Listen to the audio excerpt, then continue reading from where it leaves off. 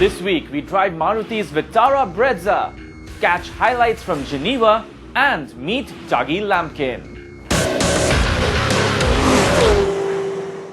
Now, who hasn't fantasized about owning or driving a Maruti Suzuki Gypsy? It's been a timeless icon of ruggedness, and over the years, Maruti has tried to recreate the magic in more premium segments, like with the Grand Vitara, but nothing quite clicked.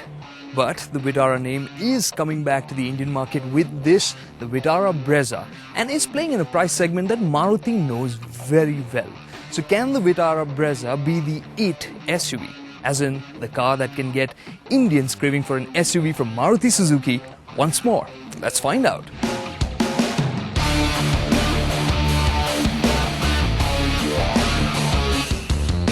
Well, first impressions? The stance and proportions of the Brezza are great. The flat waistline and the contrasting colors give it a bit more presence. But it is a rather simple and functional design. But then adding some spice to the package are the details. The bold chrome grille gives it a strong look, while the large air dam in the sculpted bumper gives it a slightly sporty look. And the bullhorn-like daytime running lights offered on the ZDI variants add a bit of friendliness to the package. Of course, the floating roof is a great highlight, especially when it's done in the contrast white color option. Styling at the rear isn't radical, but the split tail lights with the bullhorn light guides and the embossed chrome bar look quite smart.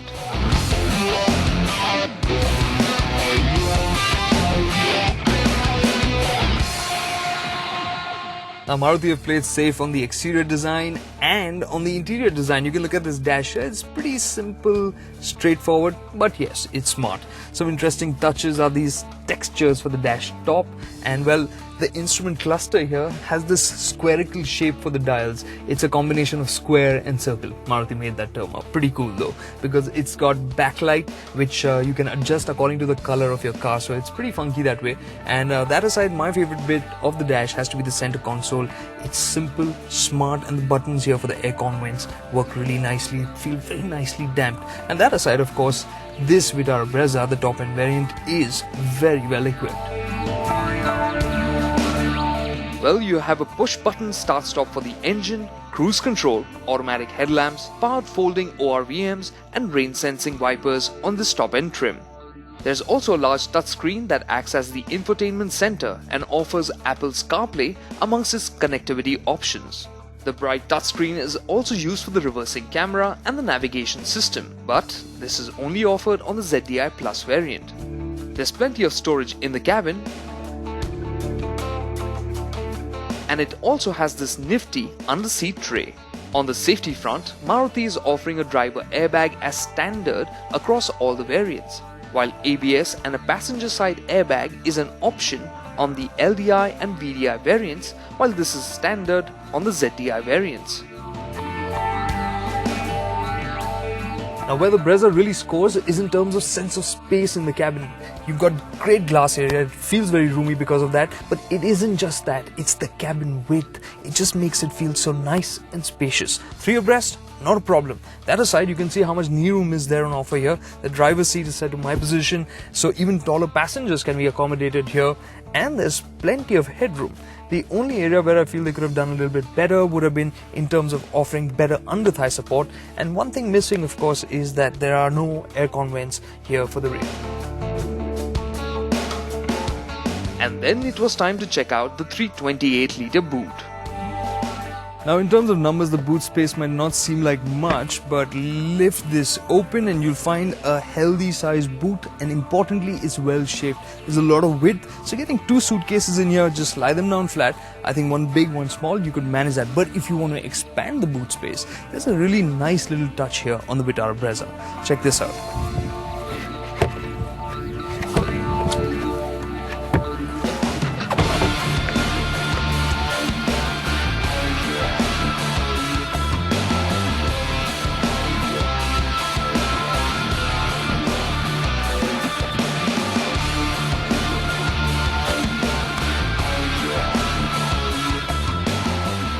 Just a few simple tugs, and in under a minute, you'll get a nice extended flat boot floor.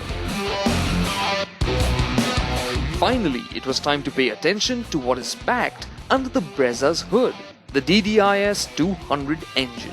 This is the 1.3-litre turbo diesel producing 89 bhp and a strong 20.4 kilograms of torque.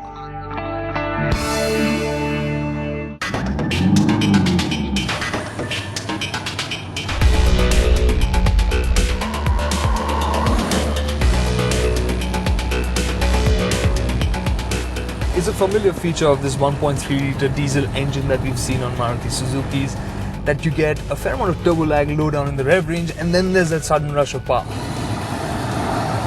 But things are a little bit better here on the Vitara Brezza because the gearing is really quite smart. So even when the speeds and the revs drop, you do get a decent amount of drivability. So ambling around in the city shouldn't be difficult unless and until you really let the revs drop. Well, to change pace, you can rely on the light action of the clutch, while the 5-speed gearbox requires just a little bit of muscle to get the shifts done. Get past 2000 RPM and get ready for that slug of torque. And it feels really nice as you see the rev needle shoot past 3000 RPM. The other good thing is that the revs don't just die out. You can actually use it to pass 4000 to about 4500 RPM quite nicely. And that makes this quite a nice engine for the highway.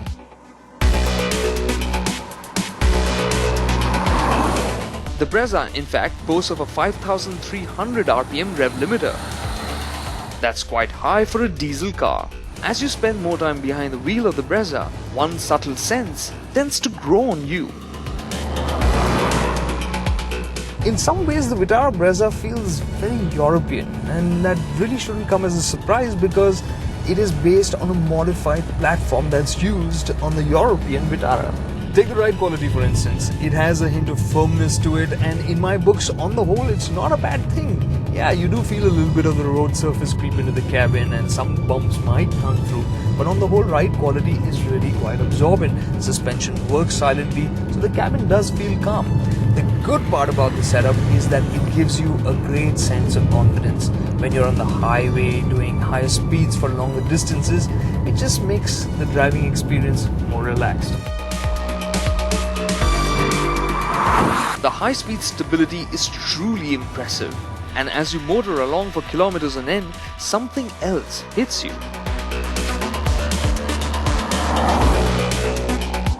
There's also the cabin refinement when it comes to vibration. It's really very well damped. Even when you're lugging at low speeds, low engine RPMs, you really don't feel it inside the cabin. The noise from the motor is also very well suppressed, which can be really quite audible in some other Maruti Suzuki cars. On top of that, wind noise, road noise and tire noise are almost non-existent, making this a fairly calm cabin. On the road, you realize that the seating position isn't quite as high and commanding as you'd like from something that's dubbed as an SUV. But a lower stance has its advantages. So what's the Vitara Brezza like to drive when you're really in that mood to drive? Well, it's not particularly exciting, but it really doesn't do anything wrong either. The steering, for instance, is pretty direct, but it just doesn't feel crisp. The way it turns into corners is quite planted, it feels solid, but again, it's not as quick and as sharp as you'd want it to be to really hit that sweet spot. But on the whole, I've got to say, it feels safe and planted, and that should do for most people. A lot of its composure is also down to the wider and grippy 215/60 R16 Apollo tires that are offered on the top-end ZDI variant. So has Maruti Suzuki finally managed to hit the sweet spot with the Vitara Brezza?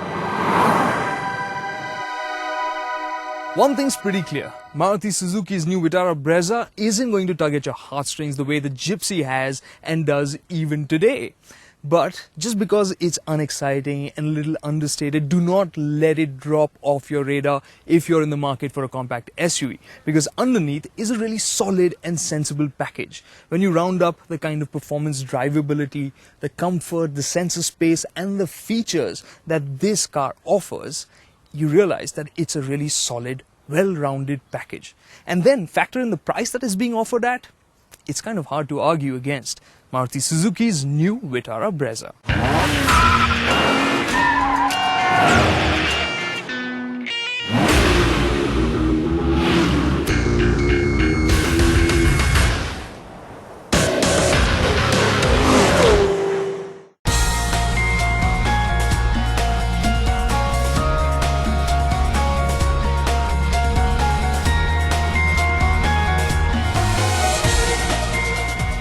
Hello and welcome to the 2016 Geneva Motor Show, and like every year there's lots of action from the show floor, lots of new launches, and this year in particular lots of interesting new SUVs, some of them coming to India.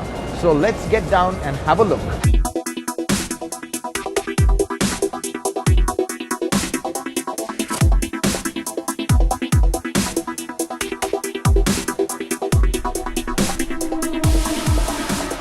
One of the big stars at this year's Geneva Motor Show is the Vision S from Skoda. Now this SUV concept has a lot of potential. This is the next big thing from Skoda.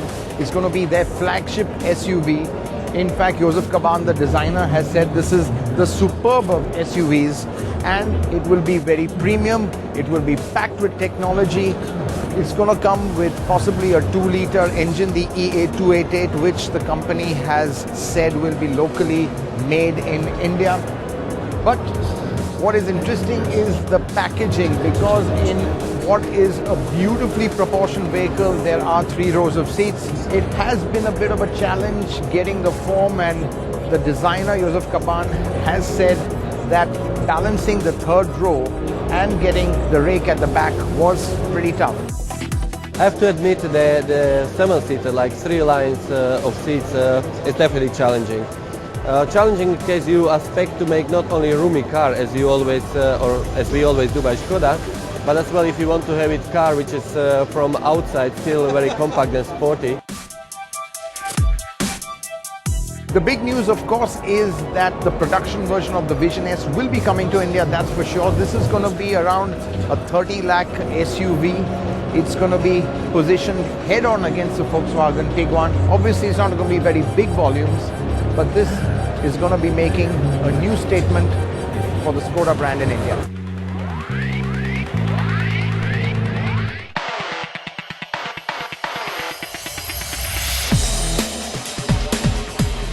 One of the big launches in Geneva this year was the Audi Q2. Now this baby SUV from Audi is likely to make it even to India. We know that the 2-liter EA288 engine which powers this car is going to be localized in India. But we don't think this car will come before 2018-2019 because a lot of localization has to be done to make it affordable.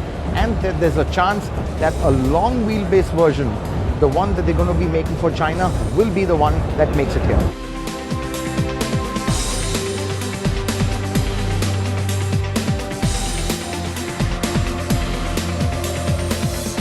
This is the Volkswagen T-Cross Breeze. Now the company calls this an open-top SUV. But this concept is going to underpin 2 SUVs in the future. One from Volkswagen and one from Skoda. And both of them are likely to make it to India as well. Another SUV of note was the SsangYong Tivoli XLV, which is a longer, more spacious version of the standard Tivoli crossover. Now this model is set to go on sale across international markets from May this year, but I have a nagging feeling that it will come to India eventually too. SUVs are plenty, but there were other cars relevant to the Indian market as well. Well, this is the all-new Mercedes-Benz E-Class. This car made its debut at the Detroit show, but it's still getting a fair bit of interest here in Geneva. It's the latest generation, the W213. It's got the latest technology from Mercedes. Interiors are very S-Class-like.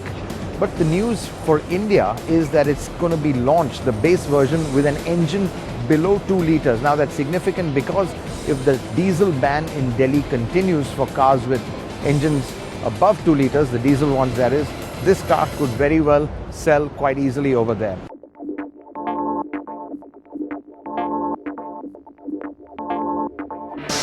India's own Tata Motors was present as always, and it showed the Kite 5, Hexa and Tiago. And while those cars did draw eyeballs, there were other cars at other stalls that simply stole my breath away. Well, we are here at the Porsche stand and some really significant launches over here. We have the 911R, which a lot of purists have been waiting for because this is the most road-focused 911 Porsche has ever made. It's very light, it's very quick, naturally aspirated, and even comes with a 6-speed manual gearbox. So in terms of driving purity, this 911 is probably unmatched. Over here we have the new Boxster, the 718 Boxster S. Big news here is that the naturally aspirated engine has been ditched for turbocharging. Yes, this is the way forward, everyone is downsizing. But the implication of this engine is that it's below 3 liters. So in India, that could translate to lower duties. The car will also have to be homologated. So a more affordable Boxster for Indian consumers awaits us. What can one say about this car? Bugatti Chiron 0 to 300 in around 13 seconds. That's just absolutely insane. Here are some other crazy Chiron facts. It's got 1500 bhp, a top speed of 420 kilometers an hour, and it costs $2.6 million or 17 crores. Now that's without the duty. With duty, it will be close to 40 crores. And only 500 of them will be made. So those were the highlights from Geneva this year, and as always, it proved to be the perfect launchpad for global debuts.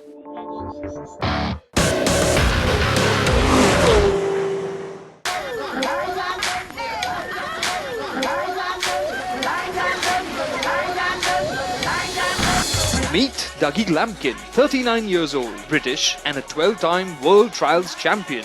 What's trials? Well, watch this teaser.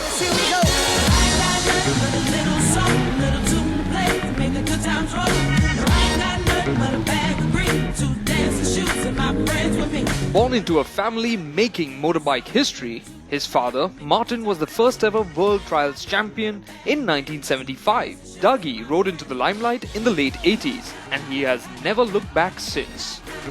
Started riding a little bit when I was 3, and then junior competitions from 9 years old. With all the training and practicing, level just got a little bit higher and a little bit higher, and yeah, after a lot of years riding in the World Championship, it's great to come to places like the IVW here, and my first visit to India, and show trials to everybody in real life.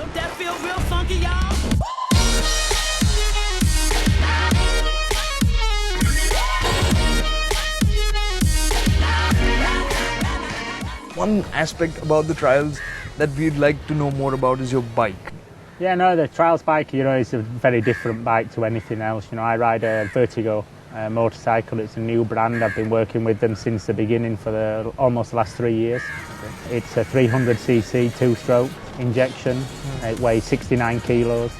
It has no seats. Tyre pressures front and rear are between 4 and 5 psi. So yeah, it's very different to anything else really. Its top speed is about 60 or 70 kilometers an hour.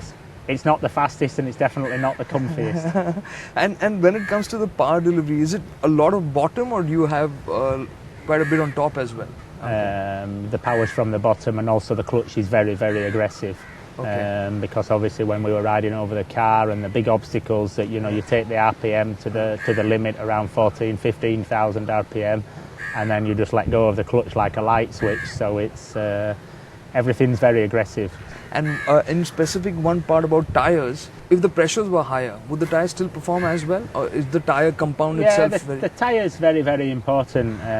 We use Michelin tires, and you need to get the traction on the corner of the obstacles, to get the feel of the obstacles. And if you have the tire too hard, you get like a bounce back coming off. So yeah, it's... Find us on Facebook at facebook.com/ETNow, and don't forget to click the like button. You can also follow us on Twitter at ETNowLive. To stay updated with all our programming, hit the subscribe button on our YouTube channel by logging on to youtube.com/user/ETNow.